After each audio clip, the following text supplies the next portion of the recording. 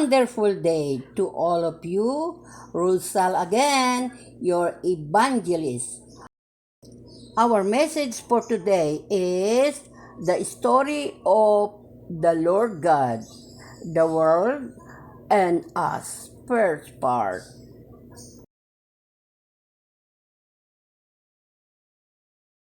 Sabihin mo sa akin, sino ang Panginoon Diyos? Ano po ang sinasabi ng banal na Biblia tungkol sa ating Diyos at sa mga taong hindi naniniwala sa ating Panginoon Diyos? Ang unang ginawa ng Diyos Ama ay ipinanganak niya si Kristo sa Espiritu at katotohanan. Pagkatapos, kumuha siya ng Espiritu sa kanyang sariling katawan ng Espiritu, kaya naging 3 persona sila. Diyos Ama, Diyos Anak, at Diyos Espiritu Santo. Sila yung tinatawag sa iisang Diyos ay may 3 personas. Yan po ang sinasabi ng Espiritu Santo sa akin. Tell me, who is the Lord God? What does the Bible say about our God?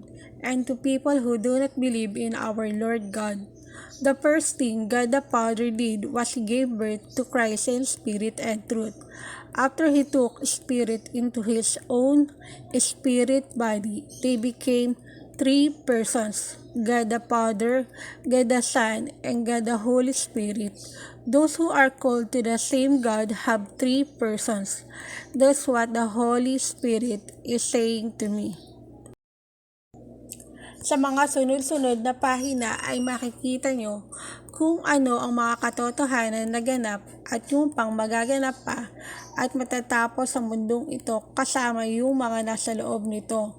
In the following pages, you will see what truth have happened and what will happen and end this world with those in it. The Father said, and will create the world and those in it. Nagmeeting silang 3 at sabi ng Ama, gagawa tayo ng mundo at mga ilalagay natin sa loob nito. At gagawa din tayo ng tao at kukunin natin sa ating wangis. The 3 of them met. The Father said, and we will create the world, and we will put people in it, and we will also make a man and teach him in our likeness. Genesis 1:1-5. Nang pasimula ay nilikha ng Diyos ang langit at ang lupa. At ang lupa ay walang anyo at walang laman. At ang kadiliman ay sumasa ibabaw ng kalaliman. At ang Espiritu ng Diyos ay sumasa ibabaw ng tubig. At sinabi ng Diyos, magkaroon ng liwanag.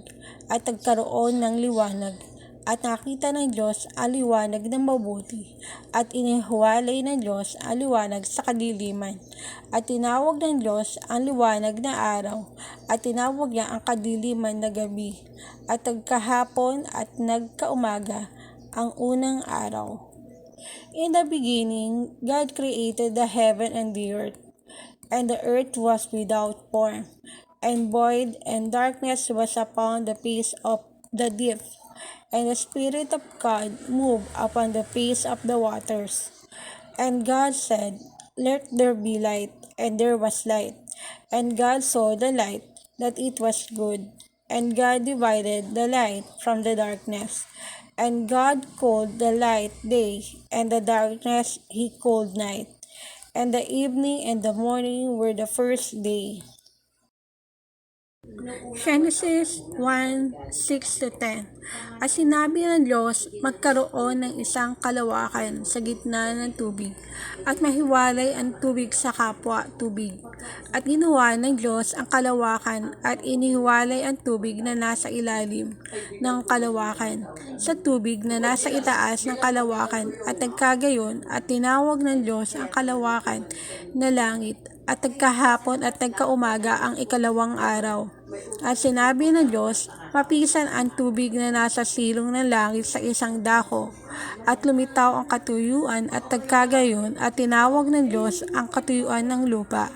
At ang kapisanan ng tubig ay tinawag niyang mga dagat, at nakita ng Diyos na mabuti. And God said, Let there be a firmament in the midst of the waters, and let it divide the waters from the waters. And God made the firmament and divided the waters which were under the firmament from the waters which were above the firmament, and it was so. And God called the firmament heaven, and the evening and the morning were the second day. And God said, Let the waters under the heaven be gathered together unto the one place, and let the dry land appear. And it was so. And God called the dry land earth, and the gathering together of the waters called the seas. And God saw that it was good. Genesis 1:11-14. At sinabi ng Diyos, sibulan ang lupa ng damo, pananim na nagkakabinhi, at punong kahoy na namumunga ay sa kanyang pagkakahoy na taglay ang kanyang binhi sa ibabaw ng lupa, at nagkagayon, at ang lupa ay sinubulan ng damo, pananim na nagkakabinhi ay sa kanyang pagkapananim, at ng punong kahoy na namumunga na taglay ang kanyang binhi ay sa kanyang pagkakahoy, at nakita ng Diyos na mabuti. At nagkahapon at nagkaumaga ang ikatlong araw. At sinabi ng Diyos, magkaroon ng mga tanglaw sa kalawakan ng langit upang maghiwalay ng araw sa gabi, at maging pinakatanda at pinakabahagi ng panahon ng mga araw at ng mga taon. And God said, Let the earth bring forth grass, the herb yielding seed, and the fruit tree yielding fruit after his kind, whose seed is in itself upon the earth. And it was so. And the earth brought forth grass and herb yielding seed after his kind, and the tree yielding fruit, whose seed was in itself after its kind. And God saw that it was good. And the evening and the morning were the third day. And God said, Let there be lights in the firmament of the heaven, to divide the day from the night, and let them be for signs and for seasons, and for days and years. Genesis 1:15-18. At maging pinakatanglaw sa kalawakan ng langit, upang tumanglaw sa ibabaw ng lupa, at nagkagayon, at ilikha ng Diyos ang dalawang malaking tanglaw, ang malaking tanglaw at upang magpuno sa araw, at ang maliit na tanglaw ay upang magpuno sa gabi. Nilikha din niya ang mga bituin at mga inilagay ng Diyos sa lawakan ng langit, upang tumanglaw sa ibabaw ng lupa, at upang magpuno sa araw at sa gabi, at upang maghiwalay ng liwanag sa kadiliman, at nakita ng Diyos na mabuti. And let them be for lights in the firmament of the heaven, to give light upon the earth. And it was so. And God made two great lights, the greater light to rule the day, and the lesser light to rule the night. He made the stars also, and God set them in the firmament of the heaven, to give light upon the earth, and to rule over the day and over the night, and to divide the light from the darkness. And God saw it was good. Genesis 1:19-21. At nagkahapon at nagkaumaga ang ikaapat na araw. At sinabi ng Diyos, bukalan ng sagana ang tubig, na ng mga gumagalaw na kinapal na may buhay, at magsilipad ang mga ibon sa itaas ng lupa, sa luwal na kalawakan ng himpapawid. At nilikha ng Diyos ang malalaking hayop sa dagat, at ang bawat may buhay na kinapal na gumagalaw sa ibinukal na sagana na tubig, ayon sa kanya-kanyang uri, at ang lahat na may pakpak na ibon, ayon sa kanya-kanyang uri, at nakita ng Diyos na mabuti. And the evening and the morning were the fourth day. And God said, Let the waters bring forth abundantly the moving creature that had life, and fowl that may fly above the earth, and in the open firmament of heaven. And God created great whales and every living creature that moved, which the waters brought forth abundantly after their kind, and every wing fowl after his kind. And God saw that it was good. Genesis 1 to 22 to 24. At mga binasbasan ng Diyos na sinabi, kayo'y magpala-anakin at magpakarami, at inyong punuin ang tubig sa mga dagat at magpakarami ang mga ibon sa lupa. At nagkahapon at nagkaumaga ang ikalimang araw. At sinabi ng Diyos, bukalan ang lupa ng mga may buhay na kilapal ayon sa kanya-kanyang uri ng hayop at ng mga kinapal sa umuusad at ng mga ganil sa lupa ayon sa kanya-kanyang uri at nagkagayon. And God blessed them, saying, be fruitful and multiply and fill the waters in the seas and let fowl multiply in the earth. And the evening and the morning were the fifth day. And God said, let the earth bring forth the living creature after his kind, cattle and creeping thing, and beasts of the earth after his kind. And it was so. Genesis 1:25-26. At nilikha ng Diyos ang ganid sa lupa ayon sa kanyang uri, at ang hayop ayon sa kanyang uri, at ang bawat umuusad sa ibabaw ng lupa ayon sa kanya-kanyang uri. At nakita ng Diyos na mabuti. At sinabi ng Diyos, talangin natin ang tao sa ating larawan ayon sa ating wangis, at magkaroon sila ng kapangyarihan sa mga isda sa dagat, at sa mga ibon sa himpapawid, at sa mga hayop, at sa buong lupa, at sa bawat umuusad na nagsisiusad sa ibabaw ng lupa. And God made the beasts of the earth after his kind, and cattle after their kind, and everything that crept upon the earth after his kind. And God saw that it was good. And God said, let us make man in our image, after our likeness, and let them have dominion over the fish of the sea, and over the fowl of the air, and over the cattle, and over all the earth, and over every creeping thing that creep upon the earth. Genesis 1:27-28.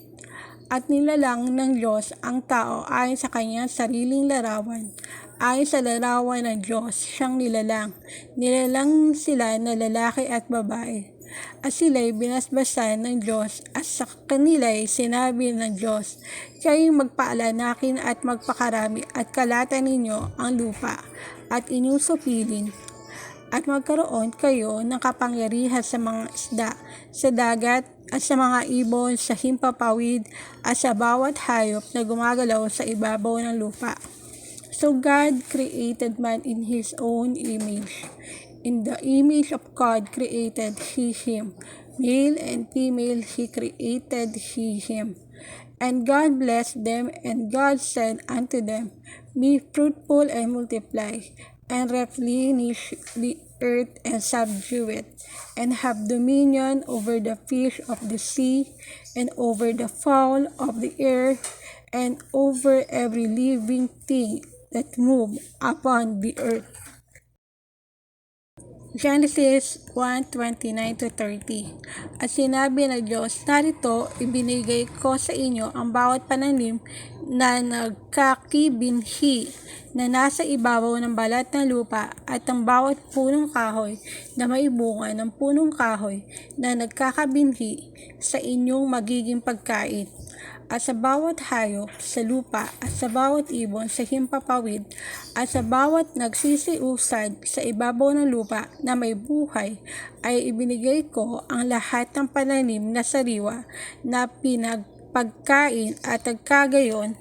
And God said, behold, I have given you every herb bearing seed which is upon the face of all the earth, and every tree in the which is the fruit of a tree yielding seed, to you it shall be for meat, and to every beast of the earth, and to every fowl of the air, and to everything that creep upon the earth, wherein there is life, I have given every green herb for meat, and it was so. Genesis 1:31. At nakita ng Diyos ang lahat na kanyang nilikha, at narito napakabuti, at nagkahapon at nagkaumaga ang ika-6 na araw.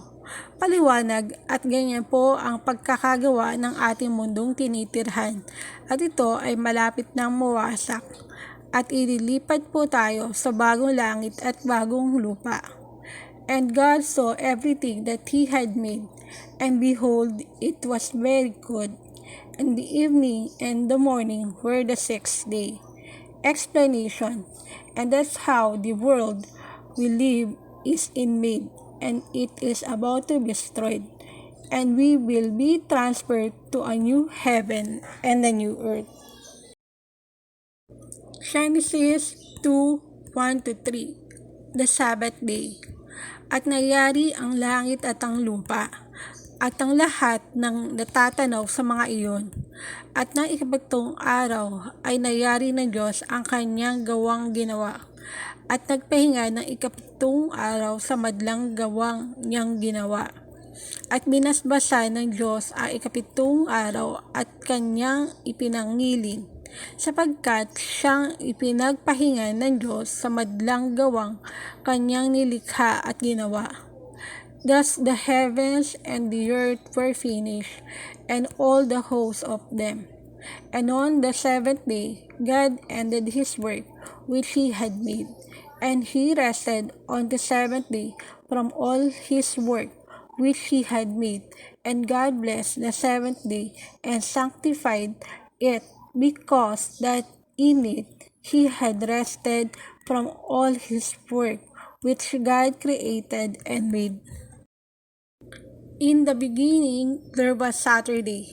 Hindi pa man ibinibigay ng Panginoon Diyos kay Moises ang 10 utos ng Diyos, ay may Sabado na. Siya ang gumawa ng Sabado at ipinangilin niya. Kaya nga't binasbasan niya ang ikapitong araw. The Lord God did not give Moises the 10 commandments of God. There is a Sabbath day. He made Saturday and he blessed. That's why he blessed the seventh day. Makikita nyo sa kasunod na pahinang ito, Hebrews 1:10-12, ang nagsasabi na may Diyos sa gumawa ng langit at lupa, ang ating Panginoon Diyos. Number 1, Diyos Ama, Diyos Anak, at Diyos Espiritu Santo. Silang tatlo ang gumawa ng langit at lupa. Amen. You will see on this next page, Hebrews 1:10-12, the one who says that there is a God who made heaven and earth, our Lord God. Number 1, God the Father, God the Son, and God the Holy Spirit. The three of them made the heavens and the earth. Amen. Hebrews 1:10-12. At ikaw, Panginoon, na pasimulay inilagay mo ang kinasasaligan ng lupa, at ang mga langit ay mga gawa ng iyong mga kamay.